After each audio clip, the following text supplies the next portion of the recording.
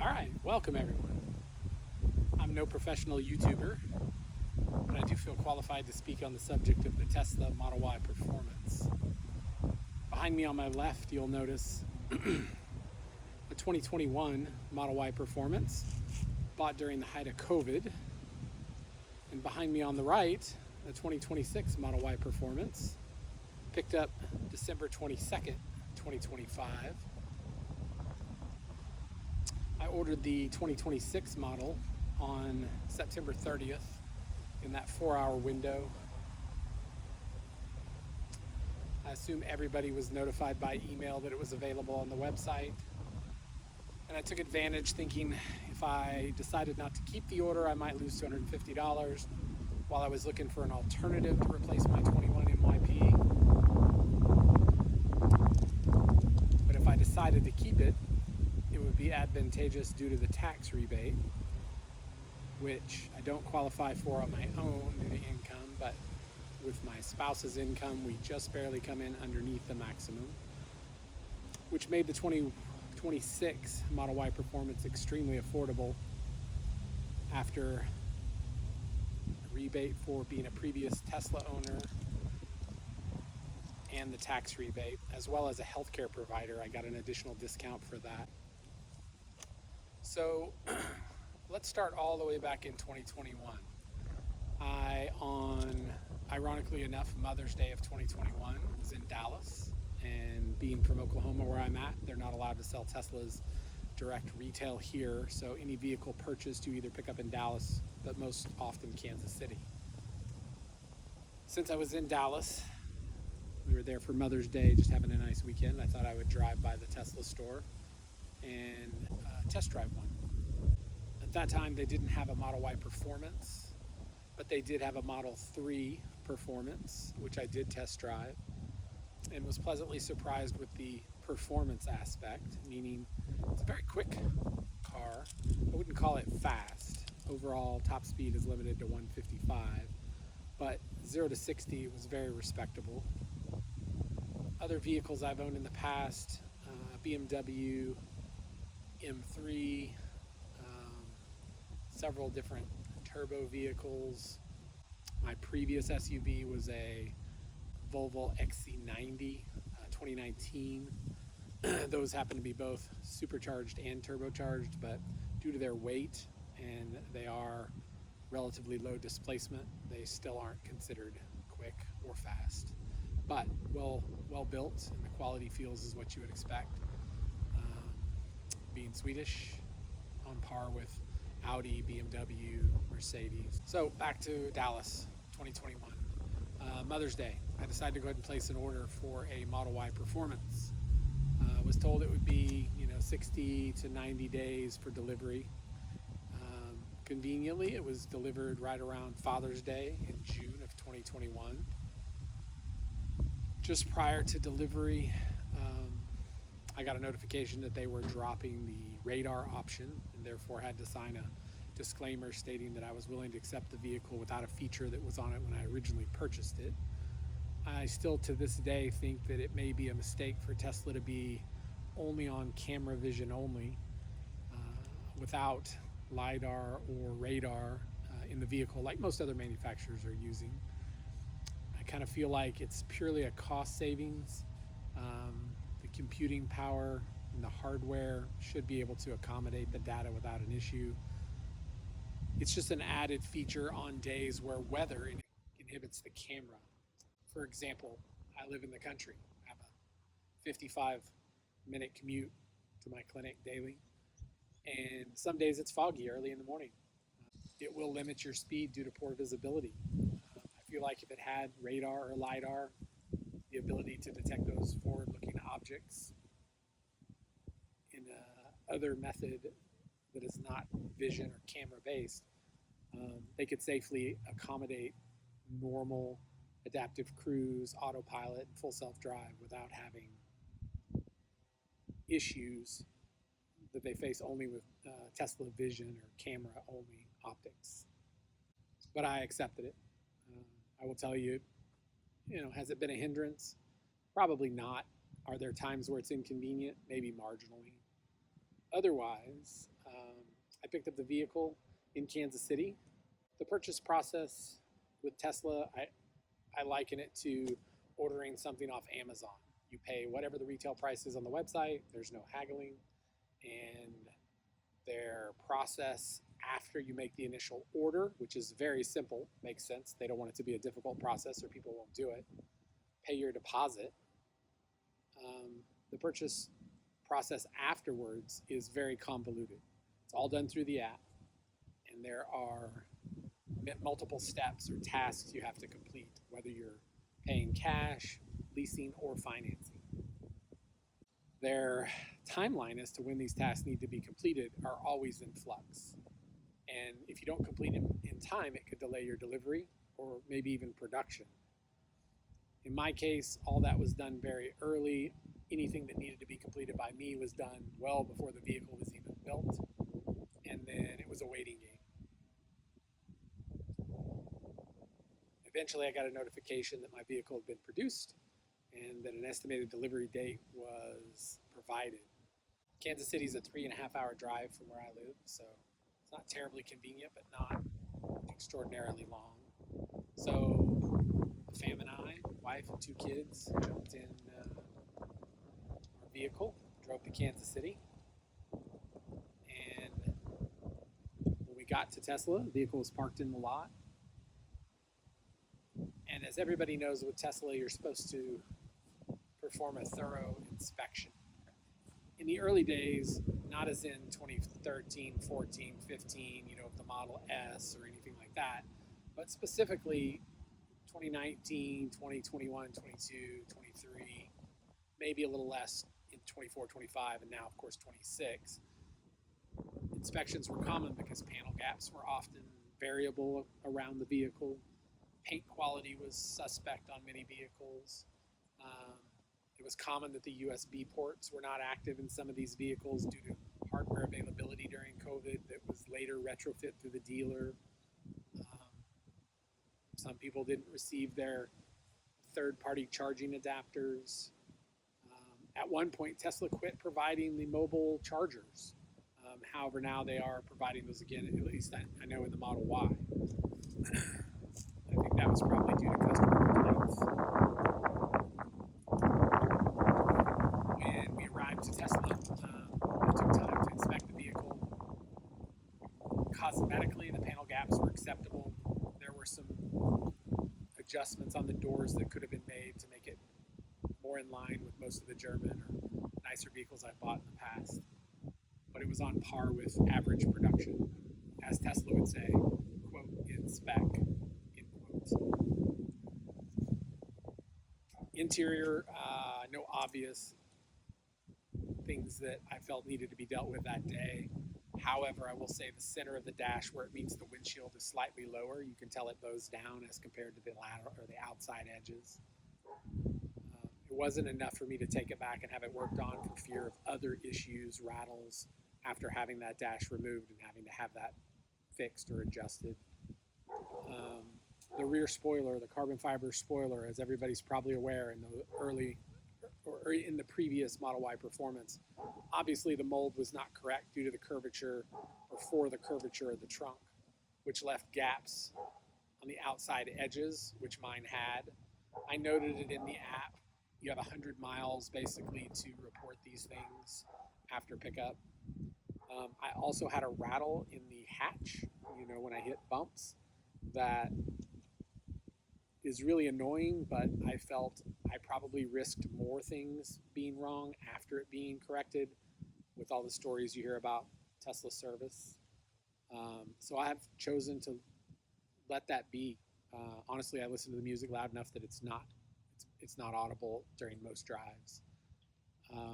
I also did not have them replace the spoiler, or the carbon fiber lip on the deck lid, just because many people have said you'll have multiples put on, they'll come off, and it's obviously due to an indifference of the curvature of the spoiler versus the deck lid.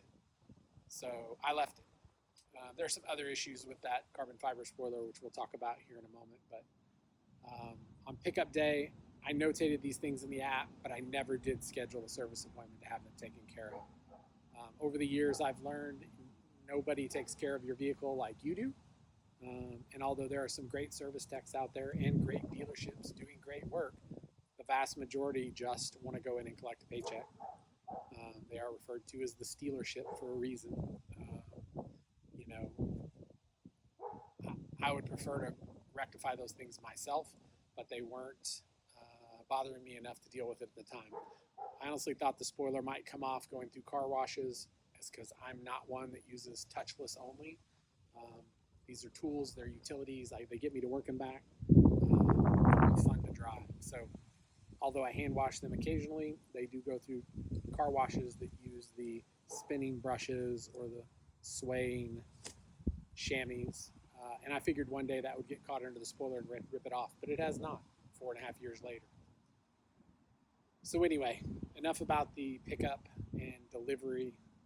Most everybody will tell you that the purchasing of a Tesla, the process is a pain. Delivery occurs, and they typically are lower than, say, Carvana or CarMax, some of the other third parties. So that's something to consider. And if you live in a state where you get a tax break based on your trade-in value versus purchase price, it may be advantageous to take that loss with Tesla. That's something to talk to your tax attorney about. So behind me, 2021 Model Y Performance, Stealth Gray, 21-inch Uber turbine wheels. The car originally came with 275 width rears and 255 width in the front. As with the 26 model to my right, same tire size. This one on the left came with Pirellis initially. The one on the right now has Hankook Ion specific EV tires, which they are very quiet, I've noticed. Much more quiet than the Pirellis were when I picked this one up. But I'm not a big Hankook fan, so honestly next week Michelin's are being placed on the 26 model. I expect them to be a little louder, but that's my preference. After the Pirellis wore out on the 21 Model Y, which was an interesting set of events, as if you've done any research, you know the early Model Ys are notorious for having too much camber and wear extremely fast on the inside portion, the inboard portion of the tire. It's an area you can't see. I pay attention to my tires, but I don't crawl underneath the car and look at it closely, especially not in under 20,000 miles. And one night coming home from clinic, I got into my local town, fortunately on Main Street, it's 20-mile-an-hour street, and started to get a low tire indication. And it was going down quickly. So I pulled over, got out, looked, sure enough, had a tire that was going down, and really got under and looked and realized the tire, multiples out of the four, were almost bald on the inside edge, and this one particularly, cords were showing, and I'm sure that's why it was going down. This was an obvious alignment issue from the factory, and of course, by the time you put 18,000 miles on the tires, which I had done, it's too late to address that with Tesla, so whatever. I purchased a new set of tires. The one thing about both models, the tires that come factory are what I call stretched, meaning, you know, they're meant to be efficient as far as an EV, so they don't extend further over the edge of the rim as far as the sidewall of the tire for efficiency, but that leaves the rims exposed. I'm pretty cautious about driving, especially in regard to curbs and things like curb rash on the wheels. One day I was distracted by a conversation in the car, and the left front, my fault, did get too close to the curb and caused minor curb rash. The other wheel that has a curb rash right rear occurred with a trial of full self-drive when it was parking. So after the first set of tires wore out, I decided to go to larger tires, a 295 width in the rear, and I debated 265 versus 275 width in the front. But after doing the math, with a 235 in the front and a 240 in the front, 235 in the rear, overall height difference was closer in diameter, with the 295 and 265 being less than 2/10 of an inch and slightly smaller than the overall diameter factory, which a lot of people like to go to a smaller overall diameter. Um, the car will actually be a little quicker. So rather than choosing the size that was a little bit larger overall in diameter, but a greater distance between front or rear tire, trying to keep those the same diameter or as close as possible, I chose the 295, 265. The nice thing about these Michelin Pilot Sport All Season 4s, they provide a lot of coverage for the outside of the rim. No additional curb rash has occurred because the tire sticks out further than the rim, which in my opinion, if you're going to charge, for example, $3,500 for the Arachnid 2.0s on a new Model Y Performance, I think protection of those rims should be paramount. I would say the bulk of people on the internet probably choose to go wider for that reason. So alignment was an issue from the factory on the 21. Interior quality.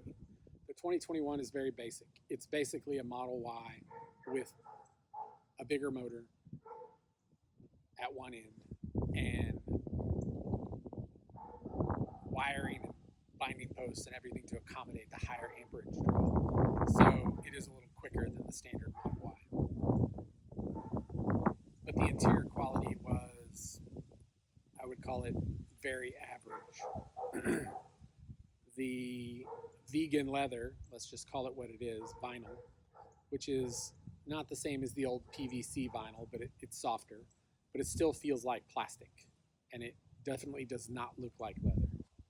Over the course of driving this vehicle for 4.5 years, the steering wheel basically eroded anywhere it was touched on a regular basis.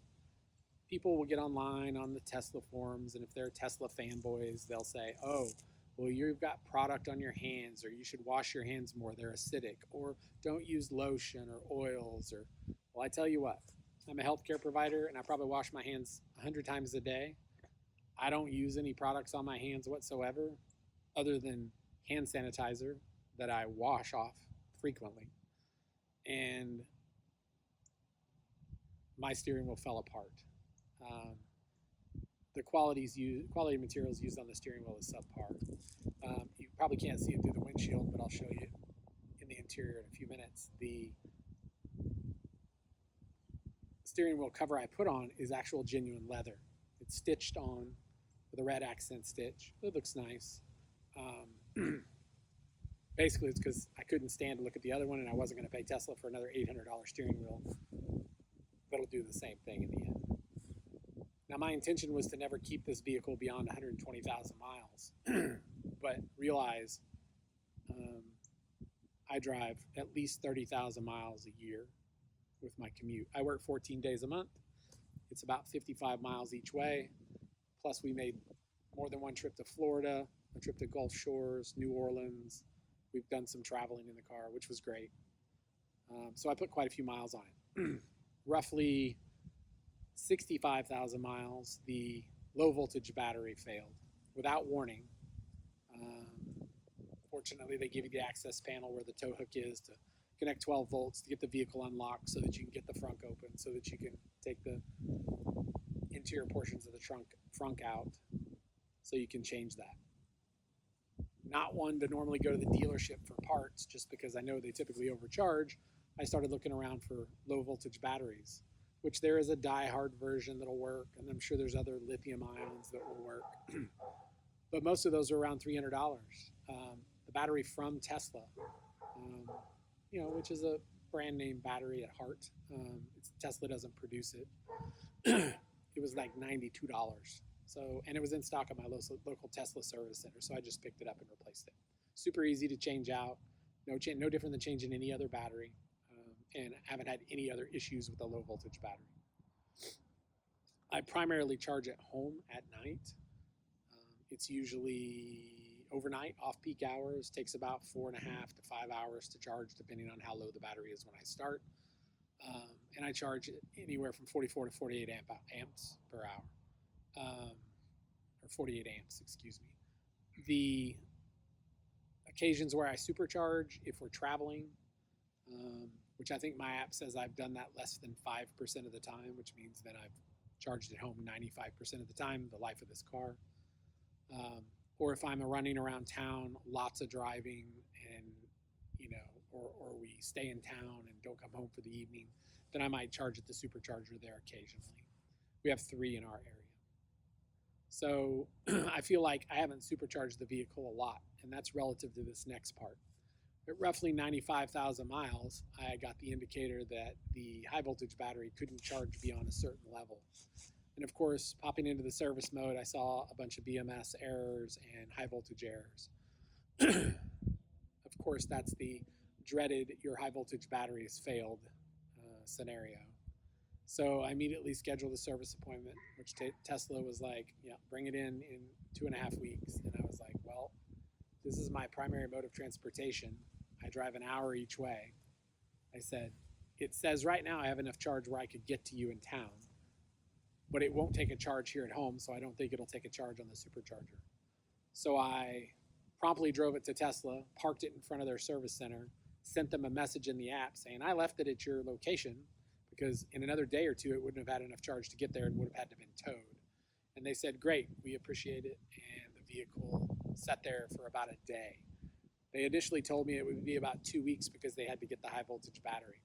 Within a day or two of being at the service center, they said, great, we have your battery. It'll be done in about the next week. They were gracious enough to provide me with a loaner while they had it. And we had planned to go out of town, a trip to Florida the following, about 7 to 8 days from then. So I told them, I said, well, if you don't have it done by then, what am I going to do? Because am I going to drive your loaner to Florida and back? And they said, well, no problem. I think we'll have it done by then. And they did. The day before we went out of town, I picked the vehicle up.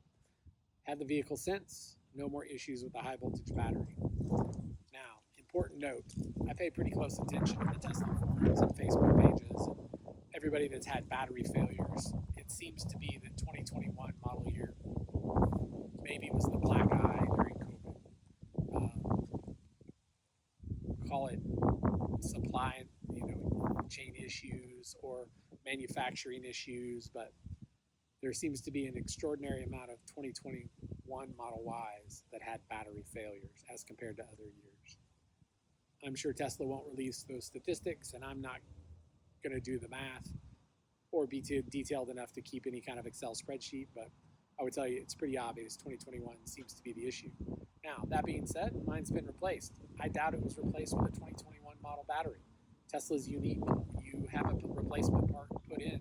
You don't get a new part when it comes to a battery. You get a reconditioned battery that they say is as good as new, or at least as good as yours was when it failed, which I find interesting. Most other manufacturers, if you have a part replaced, it's a brand new part. So it would be as good as it was day one, not day 3 year. So it is what it is. But the benefit is it was replaced under warranty. There was no cost to me, and it probably is not a 2021 model year battery. I haven't crawled underneath it to look for any tags and indication of that, but it would be statistically likely it probably didn't come from 21. Another interesting note, most people think your battery is still only good for 8 years or 120,000 miles in a Model Y Performance with a high voltage battery replacement. If you look at the fine print on Tesla's website, it specifically states that you get 5 years or 50,000 miles on replacement parts with regard to high voltage batteries. So technically I'm covered to 140 some thousand miles, roughly 145, 46,000. I will never see that 5 years as many miles as we drive in this car. So if it ever becomes an issue again, I'm going to produce that paperwork off their website, and I expect it would be replaced under warranty again if it fails before 146,000 miles roughly. I'm sure I'll have to argue that, but it's in their fine print. So I talked about the spoiler. The clear coat, the epoxy on the carbon fiber, is delaminating on the leading edge in multiple places. Mine's not the only one that's done that. It seems to be an issue with their carbon fiber spoilers of many years. I'm not going to replace it. Since I've bought the 2026, the plan was to sell my wife's vehicle, which is a 2023 Mazda. It's an ICE vehicle. She's going to drive this one for about 6 months, decide if she likes having to plan to charge, think about charging, make stops to charge if need be, or if she just wants the trouble-free thought process of I'll just pull into a gas station when I want to, which she likes better. If she likes driving this one, honestly, we'll probably transition her to an X or to a new Rivian R1S, or maybe even the smaller new R2S that's coming out. I don't think Rivian has it with regards to tech compared to Tesla. They're still lagging behind. Build quality is about the same, maybe even slightly better. When we were in Boston a few months ago, in fact, the same time I ordered the 2026 Model Y, so this was the end of September, we happened to be in Boston, so I made an appointment to go drive an R1S. It was nice, but for the way I would want it loaded, tri-motor, large battery, all the options, $116,000.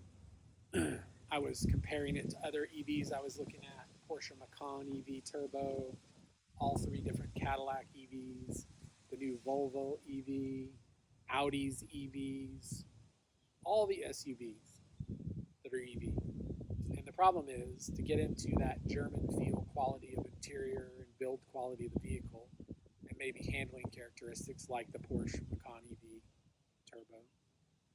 All those vehicles were $115,000 to $140,000, which was fine. I was happy to pay that. I was in the Porsche dealership ready to buy the Macan EV Turbo. And then the salesman said, now don't expect that to have full self-drive like your Tesla. It is not the same, and you will not be satisfied if you're used to that. That spoiled that deal. Unfortunately, because honestly, I wanted to get into a more luxury brand vehicle. Coming from the 21 Model Y Performance, does not feel luxurious. And when I bought in 21, if you put full self-drive in the vehicle and ordered a special color, I mean, you were paying virtually almost $70,000, which is less than I paid for my Volvo XC90 in 2019 by quite a bit, but this car does not feel luxurious at all. Now, when I picked up my 2026, I'm pleasantly surprised. The interior is much nicer. The performance seats are phenomenal. They're super comfortable. The bolstering holds you in place. The touch of the interior, everything now has soft touch. It's no longer plastic. As far as rattles, buzzes, vibrations, it's very tight. The doors slam and close like a German vehicle with an authoritative clunk. So interior-wise between the two, the 2026 Model Y Performance is night and day difference. And I'm pleasantly surprised. Is it the on par quality of a Porsche or a new Audi, even the Rivian? Maybe not, but it's close enough for half price or less. So I'm kind of glad I ordered it. I'm glad I kept my allocation. I'm glad I picked it up. And I saved myself tens of thousands of dollars. Now, it's quick. It's fast. The 21 Model Y Performance was quick. I think that had a reported something like 3.6 seconds, if I remember right, 0 to 60. The 26 is 3.2, I think.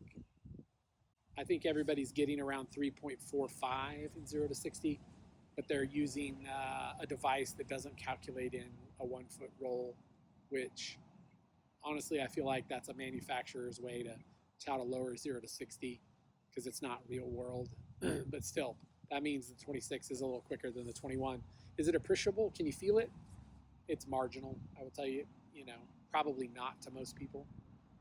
There are a lot of factors that come into play there, and maybe these new tires from Hankook, maybe they have a factor in that as well. The vehicle seems much quieter when you go from 0 to 60 at full speed. The motor whine sounds considerably different in the 26 model than the 2021, and it's louder inside the car. Maybe that's because the car overall keeps out more road noise. It's quieter. Big difference in what they call NVH, noise, vibration. It's a much more enjoyable experience to drive now. It's quiet. The dual pane windows, tighter seals. All the plastic surfaces are now covered in a soft touch material, be it a vegan leather or a carpet. There are less plastic panels in the car. Now there are a lot of them around the door sills that are carpet rather than plastic. So just a lot of materials that make the ride much quieter. Exterior styling. I never really did like the front of the 21 Model YP. It reminds me of a frog, or big pair of lips. I know it was aerodynamic reasons it's designed that way, but aesthetically, I like the way the vehicle looked everywhere except the front bumper. The 26 model, I don't think the front is outstanding, but it's better looking than the 2021. Headlights have been moved down, where they're up on the fender edge, outside of the hood line on the 21 model. You have daytime running lights on the 2026 in that location, and then of course the light bar across the front. Lower on the fascia of the front bumper, you have the adaptive headlights, which work well. I can't tell a difference between the two as far as feeling like I need more headlight. They both work well. They did a few extra styling cues like the piano black trim around the vents, the ducts, and the lateral edges of the front bumper. Similarly on the rear diffuser in the back. They went to black mirror caps instead of body color, which I think works. Why they didn't do carbon fiber when they did so much carbon fiber inside and the rear spoiler, I don't know. I'm sure it was cost, but if you're paying a premium for a vehicle, I'm sure most of us would have paid that extra $200. Also, the interior. I mentioned the seat quality. They're perforated seats, so they're not only heated, but now they're air conditioned.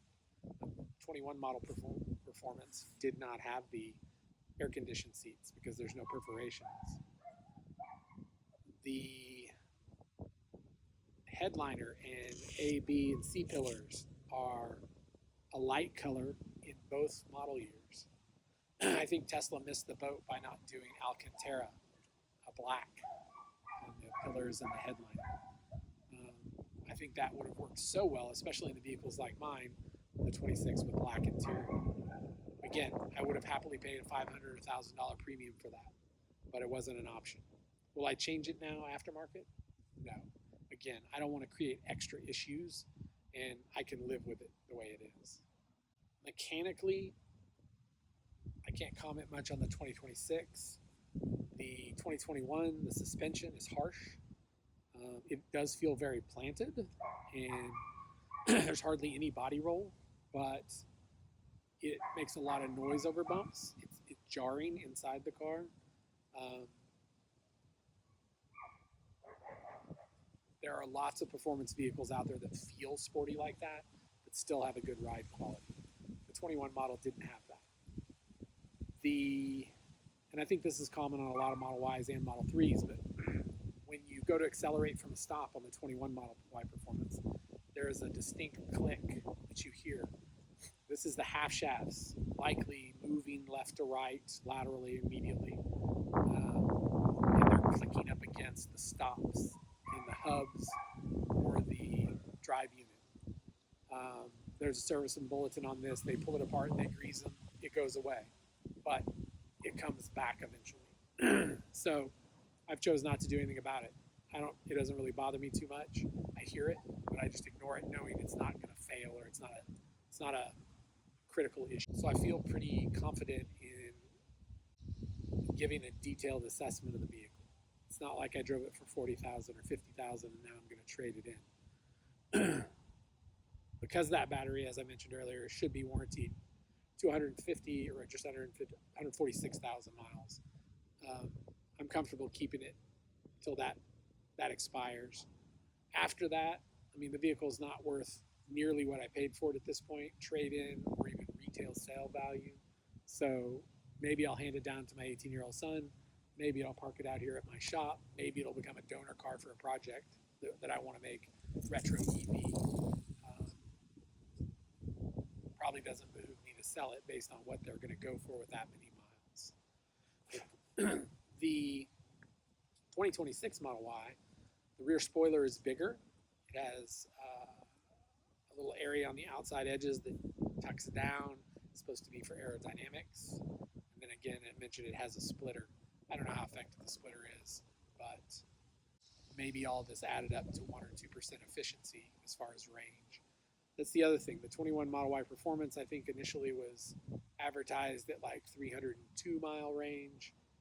Day one, coming back from Kansas City, never on a full charge did I ever see more than about 283 or 85 miles. Nowhere near the estimated EPA. I've heard on at least the Juniper Model Y, not the Performance, but the range seems to be much closer to what's advertised EPA range, which is around 330. This one is, I think, 308, 306 or 308. And I would be shocked if I get that. Haven't tried it yet. I typically don't charge to 100%. But the first time we take a trip, I'll try it and see. I also took the aero caps off the wheels. I think they look better without it. If you don't take them off within 1 or 2 days, you'll likely have some marks due to road grime getting between the plastic and the wheel. It buffs out very easily, though. That'll affect efficiency, as well as I plan to put wider Michelin's front and rear. I'm sure that'll affect my range, obviously. I'm not so worried about ultimate range. My commute is the same every time I go to work. And I can go there and back and still have plenty of charge left, so I don't have to worry about that. Other issues with the early Model Y Performance, your front camera is obstructed, needs to be cleaned message. That started with a Tesla update maybe 3 to 4 months ago. It's a pre-programmed thing, just like your light comes on when it's time to change your oil in an ICE vehicle. They're going to do it free for you the first time to get you used to or acclimated to that process, but they're going to charge you every time after that. And that's a revenue generating maintenance item. That's the benefit of Tesla. You don't have a lot of maintenance items. I have literally not had to do brakes on this vehicle, and there's still plenty of pad.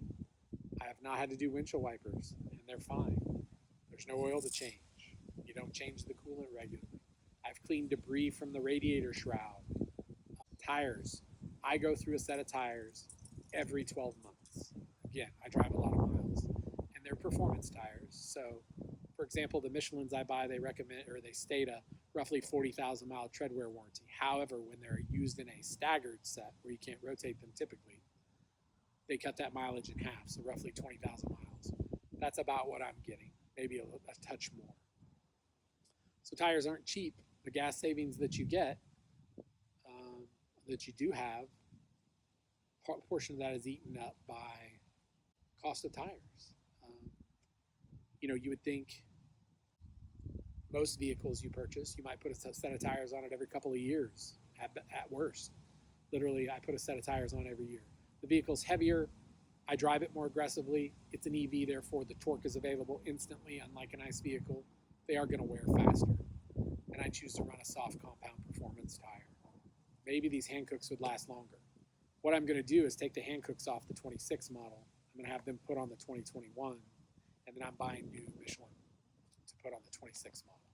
So it'll be interesting to see which one lasts longer as far as mileage, because they're going to be within a couple of weeks of each other of being installed. Some people have asked about ride height. I think the original MYP was about 1 inch lower than the standard Model Y. I think the new 26 Model Y Performance is I think it's stated a ½ inch lower than the other Model Y Performance, or excuse me, other Model Y versions. One thing I did notice is wheel arch gap between the top of the tire and the wheel arch. It is much tighter on my 2021 and much wider on the 26 model. Part of that has to do maybe with the tires I'm running on the 21 Model Y Performance. I'll do some measurements and compare after I put the same Michelins on the 26 model. I may end up doing a set of lowering springs as long as it doesn't alter the ride. The ride quality in the 26 is leaps and bounds better than the 2021 if you're in standard mode. If you put it in, the more aggressive suspension mode, it's only marginally different, maybe a touch less body roll. It is a little firmer, so the bumps stand out a touch more, but it's still leaps and bounds better than the 21 model Performance. Wheels. I think the design of the new Arachnid is much better than the Uber Turbines. Not that they're a bad looking wheel, but they're just, in my opinion, just factory. They look like a factory wheel. These remind me of the old school Hockenheims or the CCWs with a EV flare to them. Now, taking out the aero caps, pain in the butt. They're very tight, which makes sense. They don't want them coming off. Um, but they are tight, and you have to be cautious getting them off, or you will scratch the wheels. I think they should be shipped without them, and that way the customer can decide, I would like to leave them off, and then there's no chance of scratching, or they could decide to put them on, and then that's on them. But I'm sure Tesla doesn't want to ship additional boxes, have additional packaging, have people missing things out of their order, so they get installed on the line at Austin, and they just get shipped with them. From a manufacturing aspect, I get it. From a consumer aspect, do us a favor, put them in a box, don't put them on the vehicle. Window quality. This is something that I don't know if anybody else has touched on, and I'll try to pick this up on camera. But if you have the doors open and you look down the window from the edge, the rear edge facing the front edge, there are lots of waves in that glass. Whatever process they use to manufacture the glass, it is not smooth. It's not going to be flat because the window has a curvature in both axes, but the window is not smooth. The 26 model, it is very smooth. All that waviness is gone. The addition of the power rear seats in the 26 model, it's nice. But I can't say as I ever felt it was an inconvenient to have to manually adjust in the 2021. Charging, I have two level 2 Tesla chargers in my garage. They both work exactly the same. The nice thing is there are modes you can place them in which allow them to decide if they can charge independently and get you charged based on your scheduling both vehicles, or if they need to decrease the amperage to share charging time. That's convenient. Fortunately, my power company also provides a rebate. I think it's $200, and that charger does apply. I fortunately didn't have to pay anybody to put those in. My past career prior to being medical allowed me to not have to pay somebody else to do that. I would suggest you pay somebody if you don't know residential or commercial electric, specifically 220, and how to fish wires through walls using the appropriate types of cable and sizing the gauge of that cable correctly and your breaker appropriately so that you don't create a fire hazard or a problem with your charger or vehicle. Enough on the charging. The 26 Model Y Performance didn't come with a front light. The 21 did. I think I've been in my front maybe 4 times in 4.5 years, so irrelevant to me, but some people seem to be complaining about it. Audio, great in both vehicles. I'll be honest, pleasantly surprised with the system in the 21 Model Y Performance.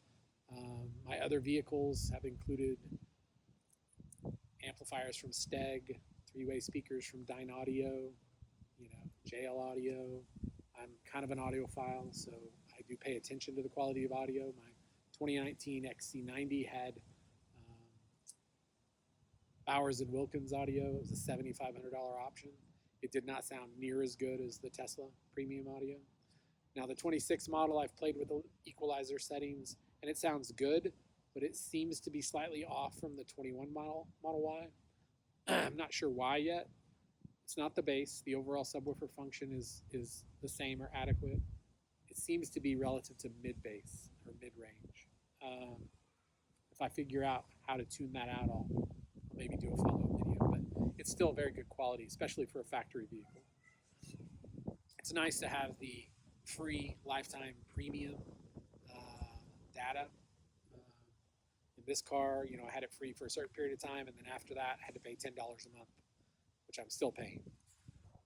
Since I'm not paying that on the 26 Model Y Performance, I decided to pay for the windshield coverage, which for the month of December would have been $12. Starting January 2026, it's going to be $16. Since I picked the vehicle up new, there was no additional inspection required to start that. If you add it to a vehicle you've been driving around for a period of time, they want a one-time inspection before you can sign up for that. I thought it was well worth it, although I have not replaced the windshield in my 2021. On the drive home from Kansas City, the day I picked it up, I got a rock chip. call it the cost of driving on the highway, which my commute is primarily highway every single day. I now have 4 rock chips. None of them have cracked. None of them have been filled with epoxy. My windshield is peppered. It looks like it's been sandblasted due to all the miles, but I've never replaced it. The 26 model, I did buy the windshield coverage. If something happens like a chip or crack, I'll have it replaced. At the cost of that windshield, I can buy a lot of months at $16. My insurance in Oklahoma, for whatever reason, they don't have windshield replacement. So it's cheap for me, $16. You'll have to weigh whether that's worth it to you. Other differences, they say the panoramic roof has a additional coating on it to make it more friendly as far as heat transfer. It's December. It's been sunny, to be real honest. Yesterday was Christmas.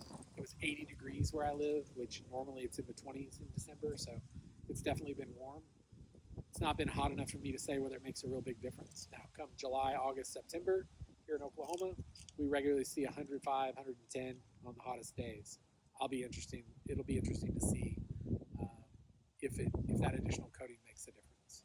Visually looking through them, they're about the same. I have not tinted the front 2 windows in the 26 Model Y. I plan to. I did not do that on the 21 Model Y Performance. I'm somebody who usually does that. I don't know why I didn't do it. Just never got around to it. But I'm going to do that with ceramic tint on the 26 model. PPF. Everybody's big on PPF. Sure. If I'd have bought that Porsche Macan or, another $120,000 EV, I probably would have PPF'd at least the front. I didn't PPF this 2021 Model Y Performance, and it is blatantly obvious. The amount of bug guts that are part of the paint now, rock chips back by the leading edge of the rear wheel wells, rock chips on the front, even up on the hood, which I'll show some detailed pictures of. Like I say, I drive a lot of highway miles in this car, and you can tell. Nothing drastically wrong with the car, but the paint has taken a beating on day-to-day drives. It has 2 or 3 little parking lot door dings. People are inconsiderate. They swing their doors open. It is what it is. It's my daily driver. It's not like some cars I've owned in the past that sit in the garage and I only drive them on the weekends. Am I going to PPF the front of the 2026? I'm back and forth. I keep waffling. And I know if I'm going to do it, I need to do it now. If I wait a month, it's probably going to be too late. I for sure will ceramic coat the whole car, probably in the next week or 2. If I don't PPF it, if I do PPF it, I'll still ceramic the whole car afterwards. If I PPF the car, it'll only be from the front door fender gaps out to the front, or basically what they call it, front PPF only. And I won't stop halfway up the hood like some do. I'll go all the way up and do the whole fenders in the back of the mirrors. DIY Wrap Club, formerly known as Tesla Bros, I think. They have a kit that does the front, and they also have it specifically for the Performance. And they're even offering the trim pieces for the piano black trim in PPF as well. There's another one out there, Drive Protected, that does PPF, but I don't think they have any Model Y Performance stuff listed on their website yet. So that's a pretty long-winded comparison between a 2021 Model Y Performance and a 2026 Model Y Performance. I'd be interested to hear your thoughts or concerns or comments on the previous Model Y Performance. If you disagree with anything I've said or agree, drop a comment. If you have a 26 model and had a previous Model Y Performance, again, I'd like to hear if you think those comments are on par with what you're experiencing. Oh, I forgot to mention, I have a issue that I'm going to have Tesla address. The steering wheel is slightly cocked to the right when you're driving straight, which means if you hold the wheel straight, it pulls slightly to the left. That's really just steering wheel placement, I think, but I'm going to have them check the alignment given the fast wear I had the first go around with the first set of tires on the 21 Model Y Performance. So instead of just pulling the wheel off, clocking it, and putting the wheel back on, I want them to put it on the alignment machine and actually make the adjustments underneath. And then while they're at it, check toe, camber, all the alignment. That's scheduled for January 6th. So we'll see how that appointment goes. My other only concern is, like I said, I'm going to take these tires off the 26, the Hankooks, and put it on the 2021 for my wife, so she has brand new tires. And I'm going to put Michelin's on mine. I'm a little leery about finding a tire shop that will take the Hankooks off of these wheels, not scratch them, and then put them on the 21, which there's curb rash. Those wheels I'm less concerned about. And then put the new Michelin's on the 26 model. I'm going to take them out there and walk every wheel with them beforehand and make sure they know there are no scratches. It's going to be a fight if they scratch them. I'm sure they won't want to pay for it, but it's a brand new vehicle. When I picked it up day one at Tesla, I asked them, if I buy a new set of Michelin's, because I really don't want these tires, can I bring it to them and have them put them on them? That way, if they scratch the wheel, they can handle it. It's their wheels. And they said, sure, they'll do it if they're the exact same size. But if they're oversized, they wouldn't do it for liability reasons, quote unquote. I think that's a cop-out, but it is what it is. Tesla's going to do what Tesla's going to do. Just like, how many times have you heard online? I went to the dealership, they said it was quote unquote in spec. So you can't force them to do anything. Anyway, if you have other questions or comments, feel free to drop a question below. Again, I'm no professional YouTuber, but I thought I would share my thoughts on these two vehicles. And as I get a little more experience with the Model Y performance from 2026, I'll share some more insights. Hope you all have a great week, a safe holiday week, and in New Year. And I hope 2026 is the best year ever. Have a good day, and I'll talk with you soon.